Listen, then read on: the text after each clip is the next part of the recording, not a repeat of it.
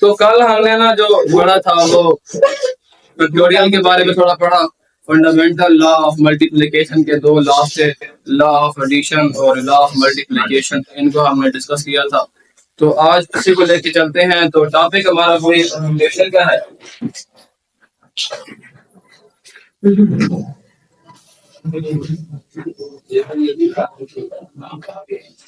जब आप परम्यूटेशन को करते हैं तो सबसे पहले आपको पता होना चाहिए कि परम्यूटेशन में जिन ऑब्जेक्ट्स को आपने अरेंज करना होता है, उन ऑब्जेक्ट्स की जो अरेंजमेंट है वो दो तरीकों से हुआ करती है। ऑब्जेक्ट्स जो जब आप ऑब्जेक्ट्स को अरेंज करते हैं तो ऑब्जेक्ट्स जो होते हैं वो दो तरह के होते हैं। या तो वो डिफरेंट ऑब्जेक्ट हो सकते हैं या वो ऑब्जेक्ट आपस में अलाइक होते हैं। तो अगर आप इसमें अरेंजमेंट ऑफ ऑब्जेक्ट्स करनी है, परम्यूटेशन का मतलब मैंने कल भी बताया था आपको, परम्यूटेशन में अरेंजमेंट ऑफ ऑब्जेक्ट्स। अब इसमें जो ऑब्जेक्ट्स है वो आपके पास डिफरेंट भी हो सकते हैं और ये ऑब्जेक्ट्स अलाइक भी हो सकते हैं। अलाइक का मतलब है कि अब डिफरेंट ऑब्जेक्ट के अंदर जब परम्यूटेशन है फिर इनमें दो कैटेगरीज आती हैं, विद रिपीटेशन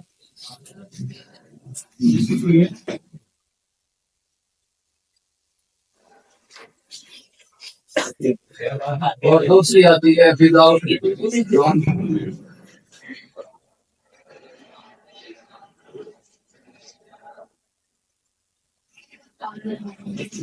तो इन तीनों कैटेगरीज में एक और परम्यूटेशन भी है, उसको हम कहते हैं सर्कुलर परम्यूटेशन। उसको हम बाद में पढ़ेंगे। अभी हम सिंपल परम्यूटेशन की बात कर रहे हैं कि जब आप परम्यूटेशन में मतलब लेते हैं अरेंजमेंट ऑफ ऑब्जेक्ट्स, तो इन ऑब्जेक्ट्स के अंदर ऑब्जेक्ट्स दो तरह के होंगे, या डिफरेंट ऑब्जेक्ट हो सकते हैं या अलाइक ऑब्जेक्ट हो सकते हैं। अगर तो ऑब्जेक्ट्स डिफरेंट हैं तो उसमें जब आप यूज करेंगे फिर उनकी दो कैटेगरीज है, एक रिपीटेशन उनमें हो सकती है या उनमें रिपीटेशन नहीं हो सकती है। तो हम इन तीनों केसेस के लिए फिर फॉर्मूलाज पढ़ लेते हैं। अगर मान लो कि आपके पास n ऑब्जेक्ट्स हैं और आपने उनको जो जिन प्लेसेस पे अरेंज करना है, मान लो वो प्लेसेस r हैं, तो सपोज है कि आपके पास n ऑब्जेक्ट्स हैं और अगर आपने इनको अरेंज करना है और आपके पास प्लेसेस हैं वो r प्लेसेस हैं अरेंजमेंट के लिए, और हम इस पे ये मान भी सकते हैं कि जो n नंबर ऑफ ऑब्जेक्ट्स है नंबर ऑफ प्लेसेस से ज्यादा है, अगर ये हमारे पास केस हो। और हम ये भी मान के सकते हैं कि अगर इसमें विदाउट रिपीटेशन करनी है तो फार्मूला क्या होगा। तो विदाउट रिपीटेशन का फार्मूला ये होगा कि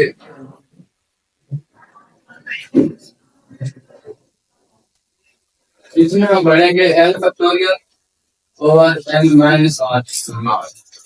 सिंपल सी बात है। अगर आपके पास एन ऑब्जेक्ट्स है और आर प्लेसेस है और नंबर ऑफ ऑब्जेक्ट्स जो है वो प्लेसेस से ज्यादा है, तो जब आप उनको अरेंज करेंगे उनकी जो अरेंजमेंट होगी उसको एल फैक्टोरियल और एन माइनस आर बेस से होती है।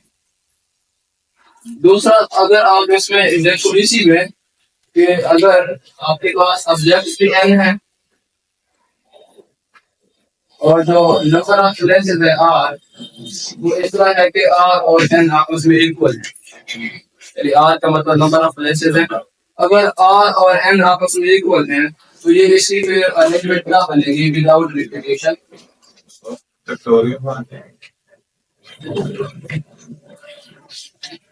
ये बनेगा एन फैक्टोरियल और एन माइनस एन फैक्टोरियल, और एन माइनस एन फैक्टोरियल क्या बन जाएगा, जीरो फैक्टोरियल बन जाएगा और वो वन के इक्वल होता है, तो इसका आंसर बनता है एन फैक्टोरियल। अगर आपके पास n ऑब्जेक्ट्स हैं और आपने n ऑब्जेक्ट्स को n प्लेसेस पे अरेंज करना है तो फिर आप और ये ऑब्जेक्ट्स कौन से हैं, डिफरेंट ऑब्जेक्ट्स हैं। इसमें ध्यान रखिएगा ऑब्जेक्ट्स है, इसमें डिफरेंट ऑब्जेक्ट्स की बात हो रही है। ठीक है। अब अगर मान लो कि आपके पास ऑब्जेक्ट्स डिफरेंट हैं लेकिन अगर उनमें रिपीटेशन अलग हो तो फिर क्या फार्मूला आप करेंगे, different objects for repetition.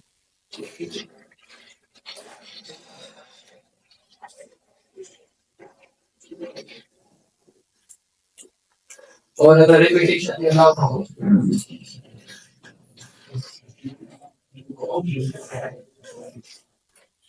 तो विद रिपीटेशन जो है, अगर मान लो कि आपके पास सब्जेक्ट ज्यादा है आज से, तो फिर अरेंजमेंट का फार्मूला बनेगा क्या, एन की पावर आर। अगर आपकी रिपीटेशन अलाउ है, अगर मान लो कि रिपीटेशन अलाउ है और नंबर ऑफ ऑब्जेक्ट्स और नंबर ऑफ स्पेसिंग है वो आपस में इक्वल है, तो फिर फार्मूला बनेगा एन की पावर एन। यानी अगर आपने डिफरेंट ऑब्जेक्ट्स को अरेंज करना है कुछ इस तरह से कि आपको रिपीटेशन अलाउ कर दी गई है, फिर आप एन की पावर आर का फार्मूला यूज करेंगे। या अगर ऑब्जेक्ट्स और प्लेसेस इक्वल हैं तो एन की पावर एन का फार्मूला यूज करेंगे। इसमें जो अगली बात है वो है एलाइक ऑब्जेक्ट्स की। एलाइक ऑब्जेक्ट्स का मतलब होता है यानी कि कुछ ऑब्जेक्ट सिमिलर हैं, उस गिवन ऑब्जेक्ट्स के अंदर कुछ ऐसे हैं जो सिमिलर हैं। मिसाल के तौर पे अगर आप देखें हमारे पास कुछ ऑब्जेक्ट्स हैं, यानी कि तीन ऑब्जेक्ट्स ए के हैं और तीन ऑब्जेक्ट्स बी के हैं और तीन ऑब्जेक्ट्स सी के हैं, फिर एक डी है और एक ई है। मान लीजिए हमारे पास कुछ गिवन ऑब्जेक्ट्स, तो आप इनकी अगर आप अरेंजमेंट करना चाहते हैं तो किस तरह, इसका फार्मूला ये होगा कि अगर जितने भी आपके पास टोटल ऑब्जेक्ट्स है वो आपने काउंट कर लें, ठीक है। इसमें अगर आप एन देखो तो कितने बनते हैं, 11 है। और जो ए वाले ऑब्जेक्ट्स हैं वो कितने हैं, जो ए वाले ऑब्जेक्ट्स हैं वो 3 है, जो बी वाले ऑब्जेक्ट्स है वो भी क्या है, 3 है, और सी वाले भी कितने हैं, वो भी 3 है। बाकी डी और ई जो है वो अकेले के लेवल में रिपीटेशन है। अगर आपने इनकी नंबर ऑफ अरेंजमेंट करनी है, number of ways to arrange,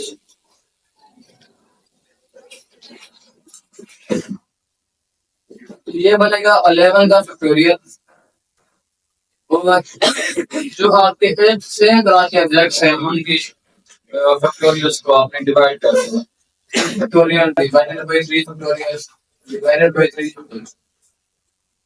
इसका फार्मूला इस तरह बन सकता है। अगर हम देखें सपोज दैट कि हमारे पास n जो है ये टोटल ऑब्जेक्ट्स है, ठीक है। पी कुछ ऐसे हैं कि जो एलाइक ऑब्जेक्ट्स है ना, पी ऑब्जेक्ट्स जो है, पी नंबर ऑफ ऑब्जेक्ट्स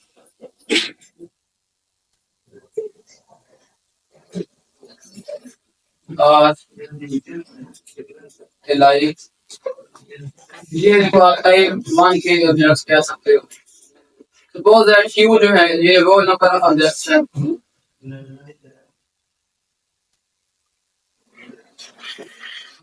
और एलाइक, लेकिन ये एक और टाइप है इसको आप टाइप 2 कह सकते हो। जिस तरह यहाँ आपके पास ए बी सी ये 3 टाइप के ऑब्जेक्ट्स है ना एलाइक में, यहाँ फार्मूला बनेगा n फैक्टोरियल से फार्मूला होगा p factorial divided by q factorial. अगर कोई और ऑब्जेक्ट होगा तो फिर उसकी फैक्टोरियल को भी डिवाइड कर देंगे। तो ये एलाइक ऑब्जेक्ट्स के फार्मूला जो है इस तरह इसको हम कहते हैं कि ये फार्मूला जो होता है जब आपके पास ऑब्जेक्ट एलाइक होते हैं।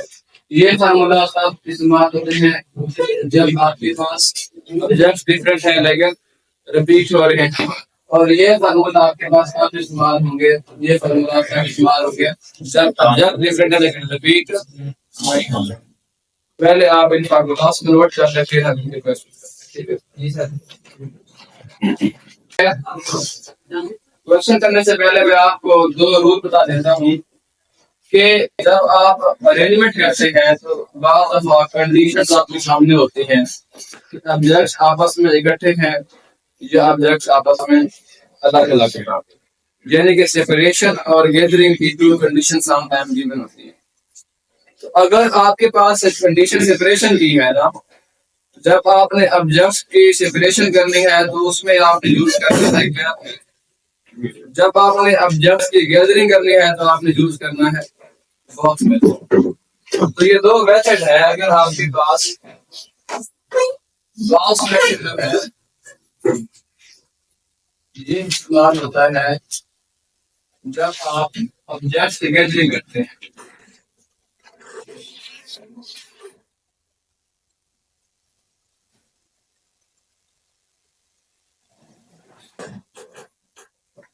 और जब आपने ऑब्जेक्ट्स की गैदरिंग करनी है तो जब आप जिन ऑब्जेक्ट्स को आप गैदर कर रहे हैं ना, आपने उनकी नंबर बेस अरेंजमेंट फाइंड करने के लिए सबसे पहले आपने बॉक्स के अंदर मौजूद ऑब्जेक्ट्स की अरेंजमेंट फाइंड करनी है।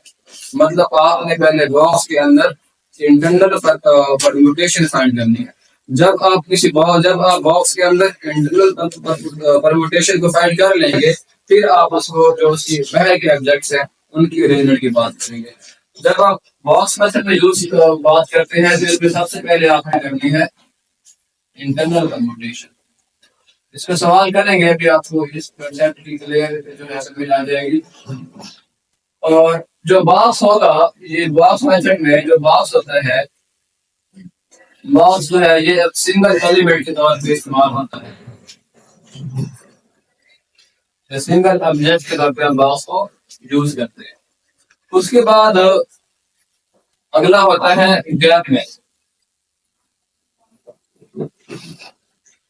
ये इस्तेमाल होता है जब आपने ऑब्जेक्ट की सेपरेशन करनी होती है।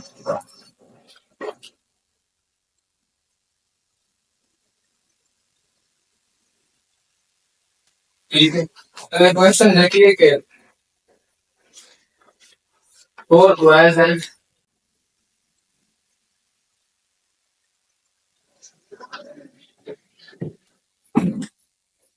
ये आपके सामने क्वेश्चन लिखा होगा। तो सबसे पहले आपने करना होता है कि जो क्वेश्चन गिवन है उसकी स्टेटमेंट को आप अंडरस्टैंड करना होता है।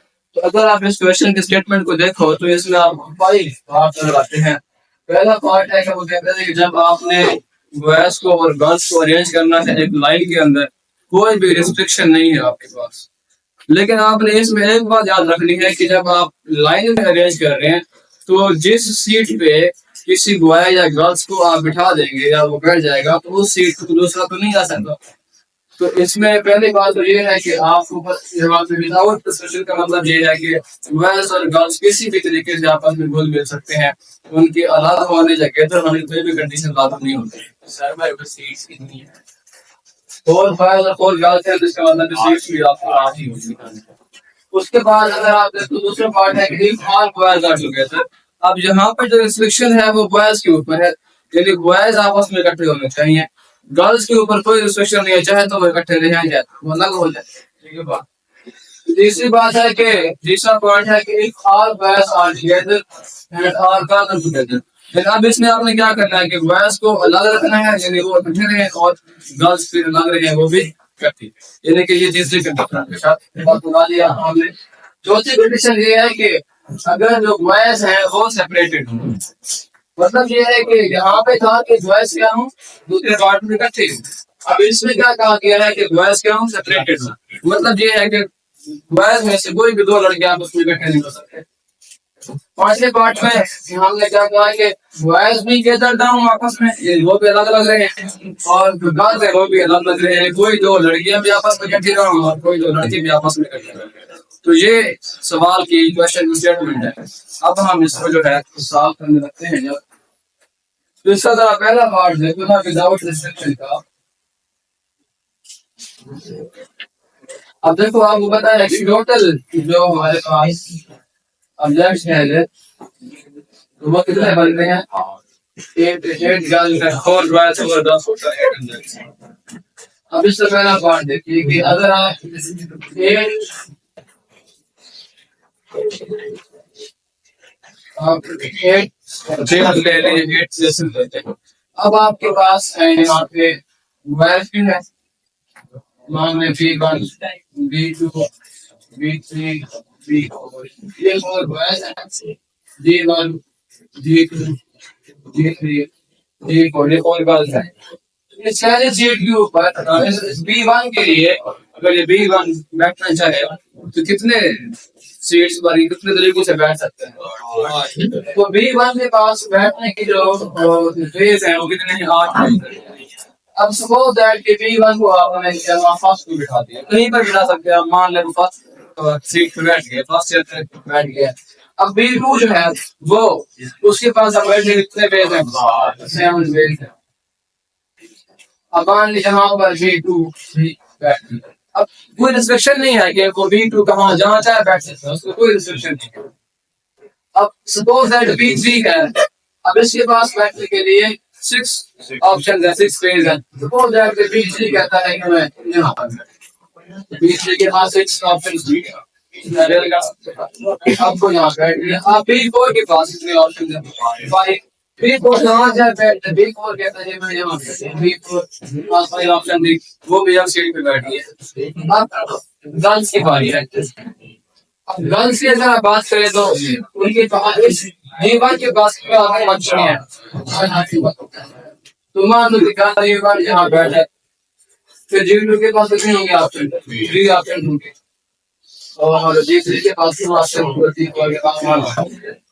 अब सवाल ये पैदा होता है, समटाइम आप लोग समझ सकते हैं कि बाज़ सवाल होता है कि हमने जब जाना शुरू किया तो बॉयज लोग जाना शुरू किया, गर्ल्स का नहीं शुरू किया। आप किसी एक से आप शुरू कर सकते हैं, लेकिन जहां से भी शुरू करेंगे उसके लिए पहले बंदे के लिए बैठने की जो ऑप्शन रहेंगे फेज है वो हार्ड हार्ड। जब वो बैठ जाएगा तो उसके बाद बाकी सबके लिए बैठने के ऑप्शन एक एक कम होना शुरू हो जाएगा। तो अगर आप देखो, अगर हम इनको ये सारे जो बॉयज और गर्ल्स हैं जो इकट्ठे बैठ गए, यानी ये नहीं है कि पहले बॉयज आके वो बैठ गए फिर गर्ल्स आके वो बैठी जाते, दोनों इकट्ठे आए और जिनको जहाँ जगह मिलती गई वो वहां वहां बैठते गए। तो अगर आप देखो कि दोनों काम जो है बॉयज की सीटिंग और गर्ल्स एक टाइम पे होगी, सिमल्टेनियसली हो रही है, तो हम कह सकते हैं कि टोटल वेज जो है ये कैलकुलेट करने के जितने तरीकों से आप फिटिंग कर सकते हैं, तो वो टोटल वेज बनेंगे 8 प्लेसेस है, 8 एक्स है, ये इक्वल हो जाएगा इस पहले ऑप्शन कौन सा है। अब अगर सेकंड पार्ट पे आओ, एक खास अब बॉयज आर टुगेदर। अब आपने रिस्ट्रिक्शन कर दिया बॉयज के ऊपर कि बॉयज जो है वो इकट्ठे उनको रहना चाहिए। अब सपोज दैट के हम एक अब इसमें टुगेदर के लिए कौन सा मेथड यूज करेंगे? Box method. अगर हम सेपरेशन की बात करते हैं तो आप गैर मेथड चूज करते हैं, अगर हम गैदरिंग की बात करते हैं वहां पे क्या यूज करेंगे? Box method. अब सपोज दैट के ये हमारे पास बॉक्स है जहाँ पे हमने बॉयज B1 B2 B3 और B4 को बीच में। अब उसके पास बाकी पर बचती है 4 गर्ल्स, वो कहीं पर भी बैठ सकती हैं। G1 G3 G4, ठीक है। पहले मैंने क्या कहा, जब भी आपने बॉक्स में यूज कर रहे हैं गैदरिंग के लिए, सबसे पहले आपने बॉक्स के अंदर मौजूद जो ऑब्जेक्ट्स हैं उनकी इंटरनल परमुटेशन फाइंड करनी है। अगर आप यहाँ पे इन बॉयज की बात करेंगे, बॉयज को आपने बस कर दिया बॉक्स के अंदर, तो बॉयज की इंटरनल परमुटेशन कितने तरीकों से हो सकती है? 4p4 से हो सकती है। 4 ऑब्जेक्ट्स हैं, बॉक्स की 4 प्लेसेस हैं, 4p4 तरीकों से हो सकती है। मतलब ये इंटरनल परमुटेशन है वो 4 फैक्टोरियल है। ये 4 फैक्टोरियल के क्या है? ये इनकी इंटरनल परमुटेशन।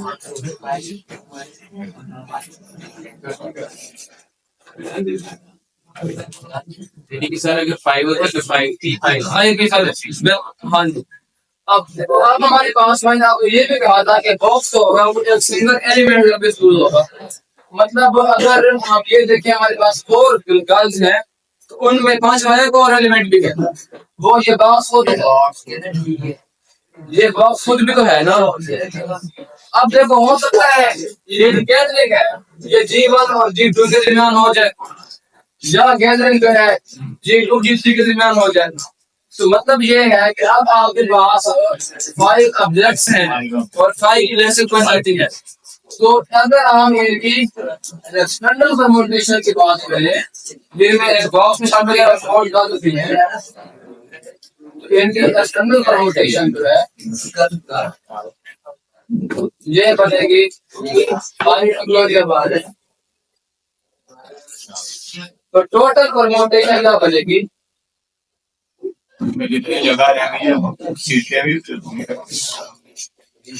4 फैक्टोरियल मल्टीप्लाई, क्योंकि ये दोनों काम जो है एक ही टाइम पे हो गया है, अलग अलग नहीं हो रहे। तो ये इसका आंसर है। उसके बाद आता है आज आप तक मार्क जिसना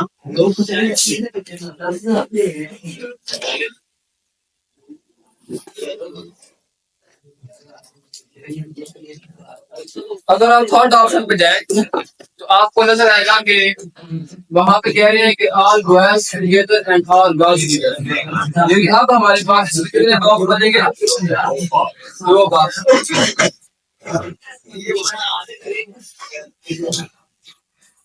ये जो 2 बॉक्स बनते हैं, पहला बॉक्स बन गया गर्ल्स के लिए 4 लड़कों का, और पहला दूसरा बॉक्स बन गया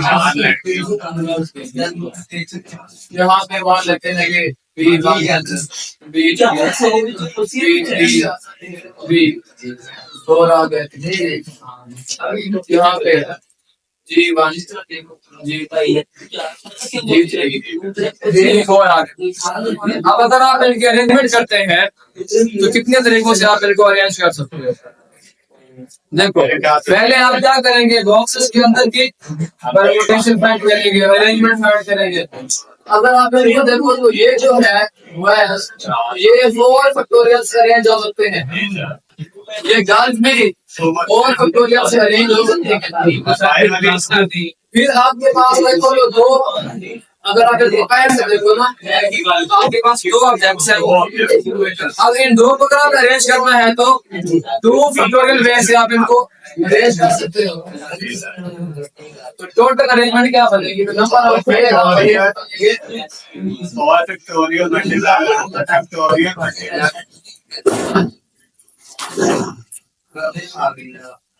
फैक्टोरियल मल्टीप्लाई फैक्टोरियल यानी कि सर कैसे की होगी।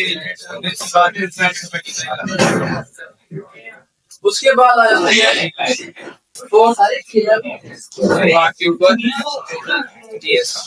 अब इसमें देखो बॉयज आर सेपरेटेड। अगर बॉयज को कहते हैं कि सेपरेट कर दिया आपने, मतलब कोई भी 2 बॉयज आपस में इकट्ठे नहीं बैठ सकते। अब ये हम क्या यूज कर रहे हैं मेथड, आपने गैप है, सेपरेशन की बात हो रही है ना, नॉट टुगेदर या सेपरेटेड एक ही बात। अगर यह सेपरेशन की बात होगी तो इसका मतलब है यहाँ पे आपने यूज करना है गैप है। अब देखो मान लो कि यहाँ पे G1 G2 G3 और G4 ये 4 गर्ल्स बैठ गए। अब आपके पास 4 बॉयज है, B1 है, B2 B3 B4। अब इसमें देखो अगर आप B1 को अगर बैठना है तो उसके पास कितने ऑप्शन? B1 नहीं, B1 यहाँ पर भी हो सकता है, यहाँ पर भी, यहाँ पर भी, यहाँ पर भी, यहाँ पर भी। B1 के पास वही ऑप्शन। मान लो कि B1 यहाँ पर बैठ गया, ठीक है। अब B2 के पास कितने ऑप्शन हैं? 4 ऑप्शन, 8 तो सीटे, 8 तो सीटे 4 पे मैंने लड़कियां बिठा दी हुई है, पीछे 4 नहीं मैंने क्या मतलब हम देख रहे हैं B1 के बैटरी की चार्ज से है ना, अगर हम B1 के बैटरी चार्ज से देखते हैं तो हो सकता है B1 G1 से पहले बैठ जाए, या वो हो सकता है कि G4 से पहले बैठ जाए। हम सीट्स की बात नहीं कर रहे, हम बैटरी से देख रहे हैं वो कितने तरीकों से बैठ सकता है, ठीक है ना। तो उसके पास बैटरी का ऑप्शन है वो ये है, वो सीट मतलब हो सकता है वो यहाँ रखते, सीट जा रही है आपके पास, ठीक है, लेकिन हो सकता है वो सीट यहाँ रख दे, सीट जहाँ रखते हैं वो सीट यहाँ ठीक है ना। तो वो अपनी सीट को लेके इन 5 जगहों पे बैठ सकते हैं, यही कहना चाहते हैं। अब अगर आप B2 की बात करते हैं तो B2 को सीट लेता है, चाहता है तो वो कहाँ बैठ सकता है। अब B2 के पास अगर आप देखो तो ये ऑप्शन ये वाला है, ये वाला यहाँ पर बैठ सकता है। 5 ऑप्शन इसके पास थे, 4 ऑप्शन उसके पास है, 3 इसके पास बनेंगे और इसके पास बनेंगे, ठीक हो गया। अब गर्ल्स में है ये कितने को सकती है, फोर गर्ल्स है, ये फोर फैक्टोरियल वे से अपने आप अरेंजमेंट कर सकते हैं। तो अगर हम गर्ल्स के अरेंजमेंट की बात करेंगे, गर्ल्स अपने आप को फोर फैक्टोरियल वे से अरेंज कर पाएंगे। और number of ways of arrangement कितने बनेंगे? और फैक्टोरियल और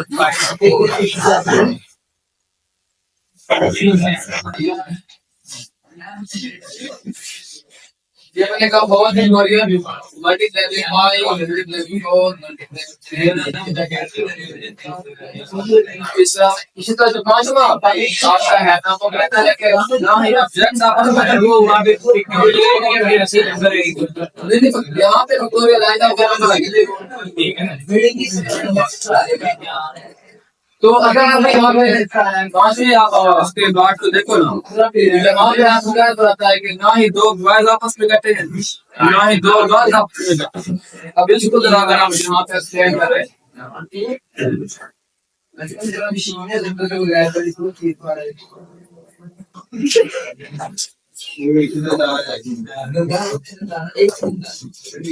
तो वो दैट आपके पास गर्ल है, J1 J2 J3 J4।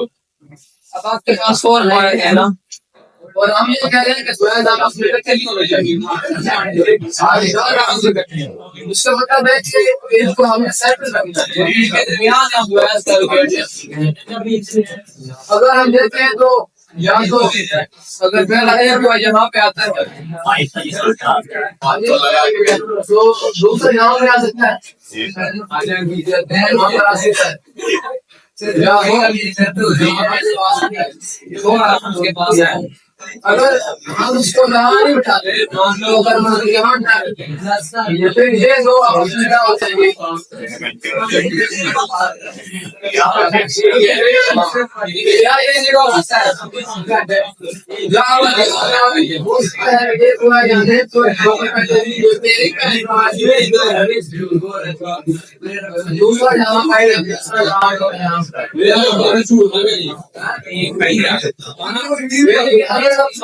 ऐसी बात करें ना तो बी वन के पास बैठने के 4 ऑप्शन है, बी टू के पास है और अगले ये के ये जो वयस के लिए जो है वो बनते हैं वो आप और गर्ल्स के लिए लेकिन अगर हम इस तरीके से और गए टोटल क्या बताइए, टोटल नंबर